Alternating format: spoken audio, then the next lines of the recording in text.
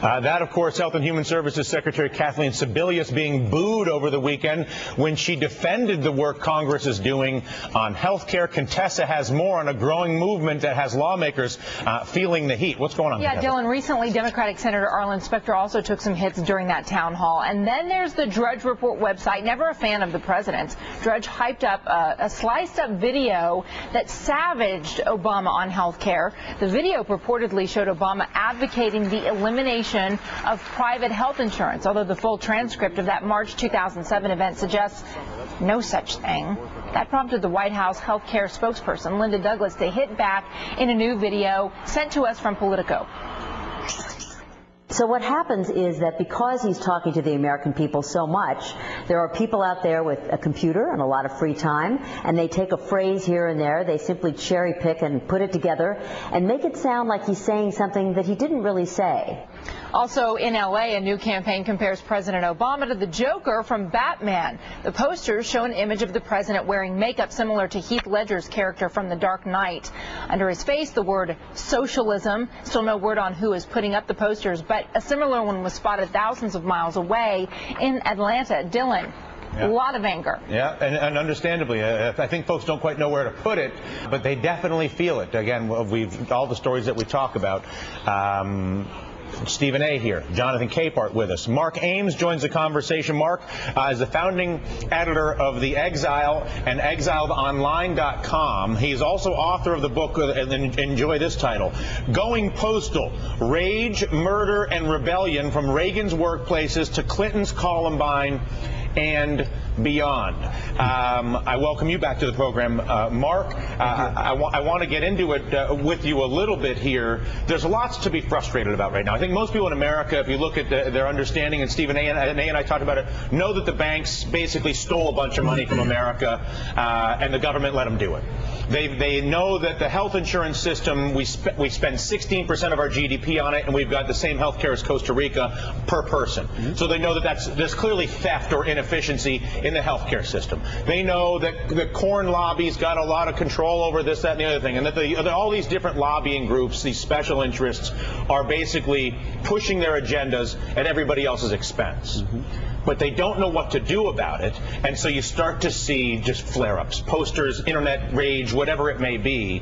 Walk us through your book and how you basically see either the negative manifestation of these frustrations, a la Columbine, a la going postal, so to speak, and what maybe we can talk about to try to take the frustration that Stephen A. might feel, or anybody else, myself, and make it constructive for America. Because it's America that's at risk, and all of us yelling at each other doesn't. What's that? There's no might. It's definite frustration. Right. So we're reaching this how do we convert the boiling point to a great event for America as opposed to a disastrous one? Well, so far it's not. I mean, but I think we also need to know that a lot of these things, probably this poster campaign and some of these attacks that you see with Secretary Sebelius are probably organized and paid for, you know. So a lot of that's theater. A lot of it's theater. I mean, and you see this in a lot of countries in the world where, you know, But does it make the argument less credible? It's effective, and there is genuine anger out there.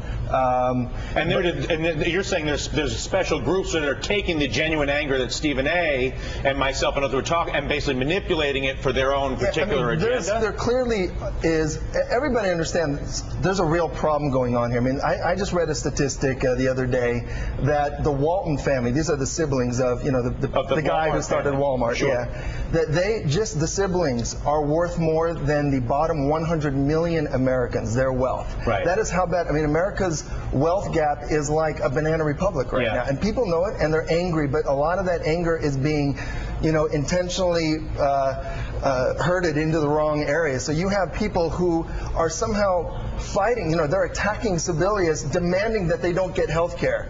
Basically, they're attacking Obama, they're attacking Sebelius over things that Sebelius and Obama are trying to help them live longer, and these guys are demanding no. I want to draw on a little bit of your past because I think it's relevant in this context. Mm-hmm. The government's job is to enforce the rules of the game. Mm-hmm. To say that if you want to get rich, you want to be successful, you must do something. You either have to start a small business, you have to create some something of value. But you can't simply go to the banking side and play Ponzi schemes and parlor games with money in a game of who's the richest. That's not capitalism. And I think people are coming to understand that. But the frustration is that the ref isn't doing their job. The ref is not saying to the people on the money side that you must put money in, you can't take money out. Let's be accurate. It's not that the ref per se is not doing their job. It's that the ref is doing a job on the people they're supposed to be representing. Right. There's a difference, and that's the question that people have about this government. When you're talking about the federal government, the fact is, whether you're looking at Wall Street, whether you're looking at the banks, whether you're looking at insurance like AIG, whatever the case may be, the government played a role in facilitating this transpiring by not being the proverbial watchdogs they were supposed to be. Or by as a result, now that all of this stuff is going on, we're looking at government, and that same government that played a role in this catastrophe is the one standing up and saying, trust us to fix it. It's not Obama, but when you look at a Barney Frank and you look at some of the other people that were in Congress that had something to do with all of this stuff, Larry Summers, that all of this stuff that took place, people are saying, I'm supposed to trust you? And that's what you see when people look at Arlen Specter and Sebelius and everybody else. That's what I think. Yeah, no, so the question is, that's the real emotion, right? As you look and you see it and you're like, we're getting screwed because OJ's in charge of the crime scene. I don't know what happened, but I know that the people investigating are the same people that were there when the crime happened, and they're saying, trust us. In fact, they were put in there, it seemed, as things were getting worse, all the people who set up this crime were put back in as if to cover it up while it's going on. I mean, look at Larry Summers again. This is a guy who in 1990 took over Lithuania. 5 years later, Lithuania had the highest suicide rate in the world. Took over Russia. So that Russia frustration that leads to that sense of powerlessness and all the things that happen, how can we convert this potential big ball of negative energy, very destructive force, into something constructive for America, to where basically the people are able to use the theoretical strings of democracy in 2010 to take their country back from the lobbyists that have taken over. What I've seen is, if you want to get you want to get your health care, you want to get your